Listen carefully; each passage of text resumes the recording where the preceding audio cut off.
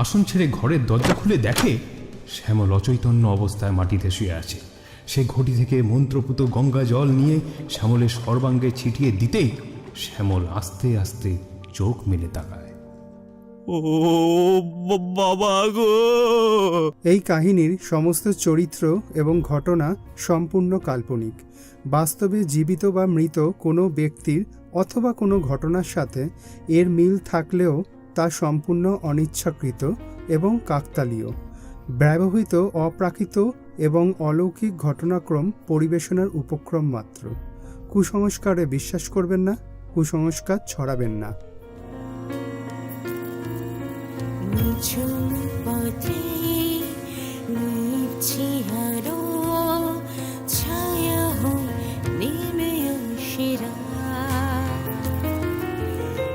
শরীর শ্বাস দেয় পিছু ডাক, জানালায় বাড়িয়ে দুহাত, বোঝা না বোঝা সীমা পেরিয়ে অজানার কুয়াশা মেখে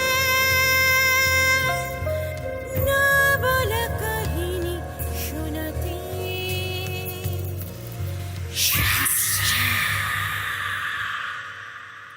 নমস্কার, জানা অজানার মাঝে থেকে আমি পৌলমী, আমার সাথে আছে জয়দীপ। আমার প্রিয় শ্রোতা বন্ধুরা, আজ আমরা যে গল্পটি শুনব সেটা প্রকাশিত হয়েছিল সান্ধ্য আজকালে 2017 সালের 1 আগস্ট। গল্পের নাম প্ল্যানচেট, লেখক বজান। এই বজান নামটি কিন্তু লেখকের ছদ্মনাম।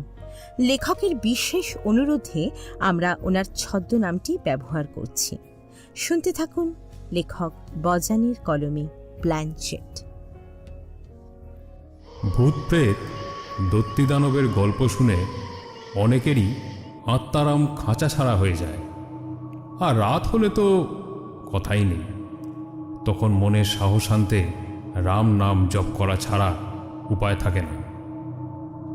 এরপর যদি কোনো নিকটজন বা ঘনিষ্ঠ বন্ধুর অপঘাতে মৃত্যু হয়, তাহলে অবস্থা হয়ে ওঠে আরও ভয়ঙ্কর। রাতে একা শোয়া যাবে না, মাথার বালিশের তলায় লোহা কিংবা ভোঁতা কাঠারি অতি অবশ্যই রাখতে হবে, অন্যথায় ভূতে ধরবেই ধরবে। সেই ভূতের হাত থেকে বাঁচতে মানুষ এই নিয়মগুলো এখনও মেনে আসছে। আমার শ্যালক শ্রীমান শ্যামল আস্তিক ছিল বটে, কিন্তু ভূতপ্রেতে সে একদমই বিশ্বাসী ছিল না। হুগলি জেলার প্রাচীন শহর চুঁচুড়ার গঙ্গার ধারে কলেজ রোডে তার বাস। যেহেতু শ্যামলের ভূতে কোনো ভয়ডর নেই, তাই ভূত দেখার জন্যে রাতে গঙ্গার ধারে ঘুরে বেড়াত। নানাজনের সাথে এ নিয়ে তর্কও করত। বলতো, ভূতের অস্তিত্ব যদি কেউ আমাকে বোঝাতে পারে তবেই আমি ভূতকে মানবো। হ্যাঁ, আর কেউ যদি ভূতকে দেখাতে পারে তাহলে তো কোনো কথাই নেই। কিন্তু ভূত তো মানুষ নয় যে যখন তখন দেখা দেবে। তাই আমার আর ভূত দেখা হয় না। একদিন দামাল একরোখা জেদি ভূতবিরোধী অবিশ্বাসী মনের ছেলে শ্যামলকেও মানতে হলো ভূতের অস্তিত্ব থাকলেও থাকতে পারে। অশরীরী আত্মার যাতায়াত এই ধরাধামেই আছে। এখনকার মতো তখন তো রাস্তায় হ্যালোজেন বা ত্রিফলার আলো ছিল না। পোস্টের অনেক উঁচুতে টিমটিম করে একটা কম ওয়াটের বাল্ব জ্বলত। রাস্তা জুড়ে একটা গা ছমছমানো অন্ধকার বিরাজ করত। আর এই অন্ধকারই ভূতেদের বড় প্রিয়। তাই সন্ধে হলেই মানুষের মনে ভয়টা চেপে বসত। ঠিক এরকমই এক গ্রীষ্মের সন্ধ্যায় আমার শ্যালক শ্যামলের এক নিকটতম আত্মীয় হুগলির চাপাডাঙ্গা নিবাসী শ্রীযুক্ত গোরাচাঁদ চক্রবর্তীর আগমন হল এবং ভূতের অস্তিত্ব ও অনাস্তিত্ব নিয়ে পাড়ার চায়ের দোকানে সে কি তুমুল বিতর্ক। এই গোরাচাঁদ কিন্তু যে সে লোক নয়, তন্ত্র সাধনায় তিনি একজন সিদ্ধ পুরুষ। প্ল্যানচেটের মাধ্যমে অশরীরী আত্মাকে মাটিতে নামিয়ে আনতে তিনি সিদ্ধহস্ত। এহেন গোড়াচাঁদ তর্কে শ্যামলের কাছে হাঁটতে মোটেই রাজি নন। ঠিক হলো সামনের শনিবার চতুর্দশী অমাবস্যার সন্ধ্যায় শ্যামলদের বৈঠকখানায় তিনি প্রেতাত্মার আগমন ঘটাবেন। অবশেষে অপেক্ষার অবসান। আজ শনিবার, চতুর্দশী অমাবস্যা।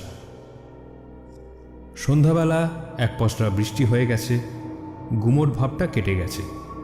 গোড়াচাঁদ শ্যামলকে বৈঠকখানায় এক বিশেষ আসনে বসতে বলে। সামনে এক ঘটি গঙ্গা জল, পাশে একটা প্রদীপ টিমটিম করে জ্বলছে। এইরকম একটা ভৌতিক পরিবেশে গোড়াচাঁদ কয়েকটা কথা শ্যামলকে বলে। শোনো, আত্মা এলে তার সাথে কোনো কথা বলা যাবে না, শুধু তার কথা শুনতে হবে। কোনো অবস্থাতেই আসন ছেড়ে ওঠা যাবে না। আর শোনো, গঙ্গা জলের ঘটি হাত দিয়ে স্পর্শ করে থাকতে হবে। কোনো অবস্থাতেই হাত সরানো যাবে না। এর কোনো একটি অমান্য করলে বিপদ হওয়ার সম্ভাবনা আছে, না হলে কোনো বিপদেরই ভয় নেই। আমি ঘরের বাইরেই থাকব, আত্মা কোনো ক্ষতি করতে পারবে না। ঘর থেকে বেরিয়ে আমি কিন্তু দরজাটা বন্ধ করে দিচ্ছি।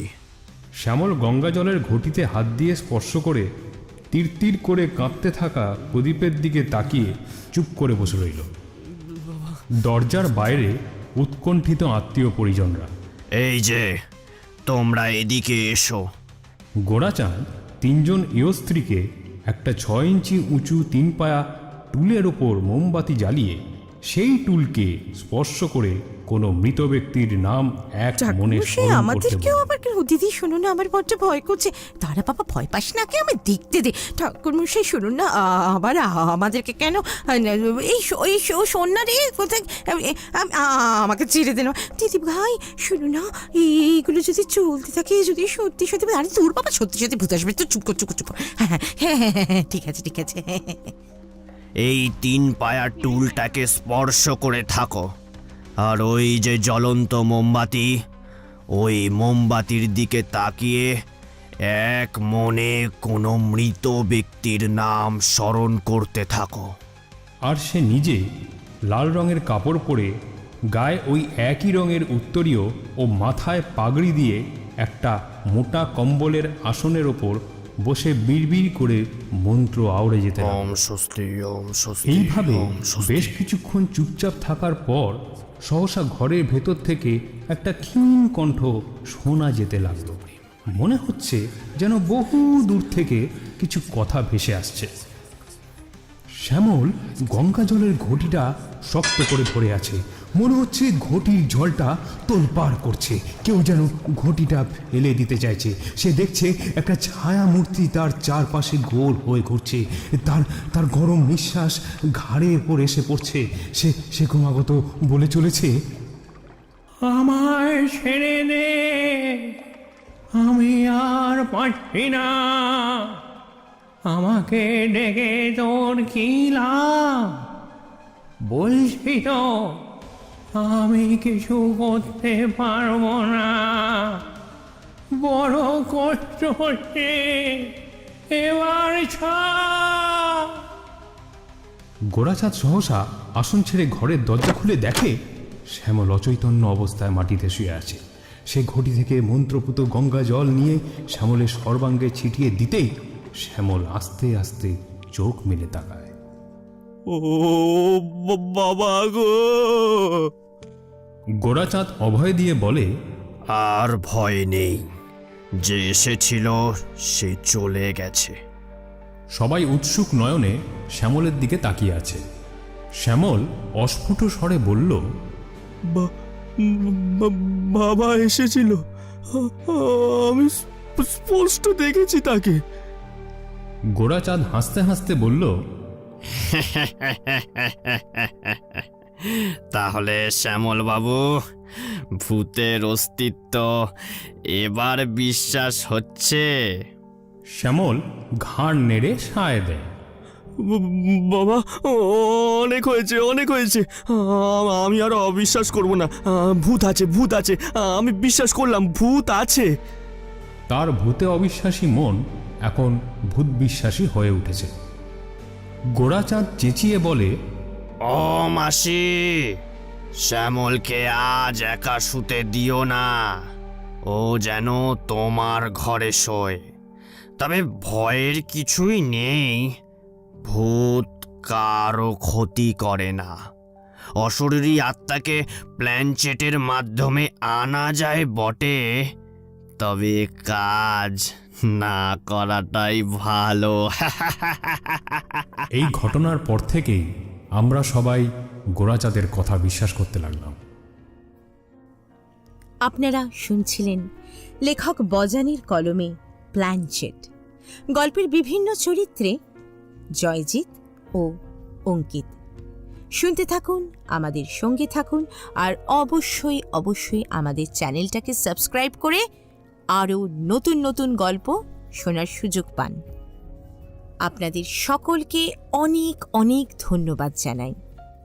আমাদের সঙ্গে থাকুন জানা অজানার মাঝে।